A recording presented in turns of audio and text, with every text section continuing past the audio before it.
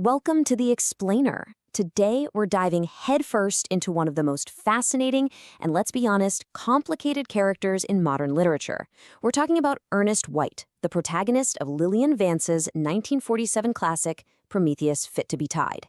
This isn't just a story. It's a deep, deep character study about genius, torment, and a past that just won't stay buried. And this quote right here, this is pretty much the key to the whole thing. It's from a play our guy, Ernest, wrote when he was young, and it just perfectly nails his lifelong struggle. I mean, here's a man who truly believes he's got this divine spark, this world-changing genius, right? But he's also constantly being torn apart by forces outside of him and, even more so, from within. Okay, so let's set the scene. The story kicks off in 1939. Our protagonist, Ernest White, shows back up in rural Oklahoma after being gone for 15 years.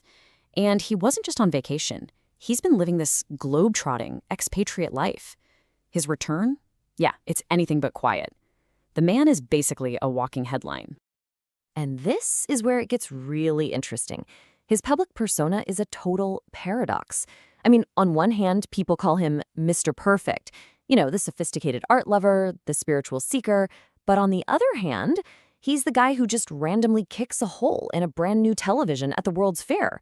It's this wild mix of high culture and just pure impulsive rebellion that tells you everything you need to know about him right from the get-go. So that really is the million-dollar question for this whole story, isn't it? Who is the real man behind this chaotic, carefully built persona? Is he a guru, a rebel, maybe even a fraud? He seems to be all of these things at once, which makes you wonder, deep down, does he even know who he is? That's what we're here to do, peel back those layers. All right, let's talk about these contradictions, because once he's back home in Oklahoma, they don't just show up, they explode. Ernest is a man who is completely 100% at war with himself. He's being pulled in a million different directions, mostly by his own wild impulses. It's almost funny, really. One day, he gets this idea that he's going to find purity by, quote, tilling the soil. He's out there sharpening old farm tools, making big plans. Then, just 3 days later, poof, the whole idea is gone. Now he's sitting by a horse trough trying to teach a couple of mules how to do card tricks. He's always reaching for some kind of purpose, but it's like he can never quite grab it. And this quote, wow, it just perfectly captures that other side of him.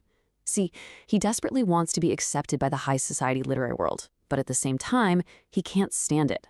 He ends up dishing out juicy gossip about famous writers to a room full of elderly folks, and you can just feel him hating himself with every single word. It's like he's putting on a performance that he can't figure out how to stop. So why is he like this? Well, these contradictions aren't just random quirks. No, they are deeply, deeply rooted in a past he spent 15 years trying to run away from. And now, coming home means he has to face every single thing he tried to leave behind. You see, his life isn't some straight, easy-to-follow path. It's more like a collection of broken pieces, these crucial, defining moments that built this fractured person. Finding out about his birth parents, getting all that money that just made him feel more alone, the messy relationships he could never figure out, all of it leads back to the guy who puts his foot through a TV. And this quote, man, this one from Atalanta, this fiercely independent woman he left behind, it just cuts right to the bone. Their unresolved relationship especially represents this whole other life he could have had, a real, authentic life that he just walked away from. He was so obsessed with proving he was better than his family, better than his town, that he lost the one thing that might have actually saved him. But, it goes even deeper than just personal heartbreak. The town itself is hiding some really dark secrets. We're talking corrupt land deals, family betrayals, and even a lynching that his own family was tied to. This is the toxic ground his whole life grew out of, and no matter how far he runs, he just can't escape its pull. And all of this brings us right back to the title of the book, Prometheus Fit to be Tied, and its central metaphor. Because Ernest White isn't just some troubled rich dude. In his own mind and in the story, he's basically a modern-day version of a very famous Greek titan. So let's do a quick refresher on Greek mythology, right? Prometheus was the titan who stole fire from the gods to give it to humanity. He was a hero, a bringer of light. But he was also incredibly prideful, what the Greeks called hubris, and for defying the gods, he was sentenced to an eternal, gruesome punishment. And that's Ernest's fate, right there. He's not literally chained to a rock, of course, but he is absolutely chained. Chained to his memories, his regrets, and this hometown that he can't fully embrace, but also can't truly leave. The eagle isn't eating his liver, it's the alcohol, the self-hatred, and all that guilt that's eating him alive from the inside. His old friend, a character called the Professor, just nails it with this quote. He sees Ernest's fatal flaw perfectly. Ernest is always drawn to these huge, romantic, and ultimately self-destructive ideas. He wants his life to be a legend, a myth, but he has no idea how to just live a real life. He's always chasing the myth instead of building a reality. Okay, so after digging through this brilliant, messy, fragmented life, what's the final verdict? What are the big takeaways from Ernest White's tortured journey? Well, I think the final lesson is a powerful one. The past is never really past. Ernest White's whole life is proof that you can travel the globe, you can invent a dozen different versions of yourself, you can have all the money in the world, but you can't outrun who you are and where you came from. It has to be confronted, because the only way out is to go right through it. So let's talk about the book itself. This is a seriously powerful character study. The writing is just beautiful, really captures that Dust Bowl era feel. But I gotta give you a heads up. The story is fragmented, it jumps around in time, and that can be a challenge.